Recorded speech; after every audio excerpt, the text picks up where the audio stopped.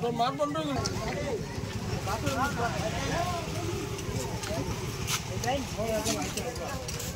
তো লিয়ে লিয়ে তো লগে আর তো আপনি লিয়ে আছে না ঘুরে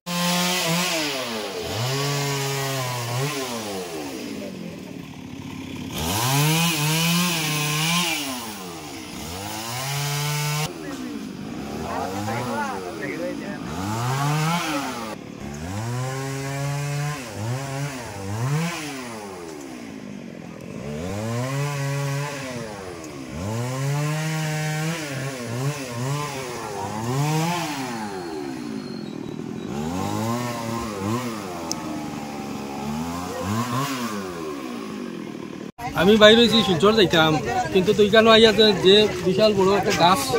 রাস্তার মধ্যে ফালাইল সকাল আধা ঘন্টা হয়ে গেছে পড়ার কিন্তু কেউ তো আবো তো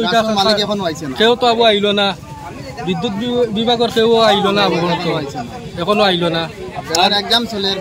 আর বাদে ছাত্র আসুন প্লাস এমনিও তো জনসাধারণ বহুত কষ্টর সম্মুখীন হয়ে গিয়েছেন এখন তো গাছের মালিকও নাই কেউ নাই এগুলো খাটি তো খেয়ে তুলতো এটা তো কোনো ব্যবস্থা নাই মাঝে পড়তে পারা আমার দোকানের পাশে একটা গাছ মেইন রোডে পড়ছে মেইন রোডে পড়ার পরে মানে দোকানের সাইডে যে মিটার বক্স আসলো কারেন্টর মানে দোকানে এক সাইড লইয়া মিটার বক্স সরে মেইন রোডে পড়ছে বর্তমানে মেইন রোড পুরা বন্ধ পুরা বন্ধ আর ইলেকট্রিসিটি এখন বলতে আইছে না বা গাছ যার পড়ছে এর মালিক এখন বলতে বাইরেছে বিএসএফের গাড়ি বেদান জামর হয়েছে আর স্কুলের ছাত্র বেদান আসতে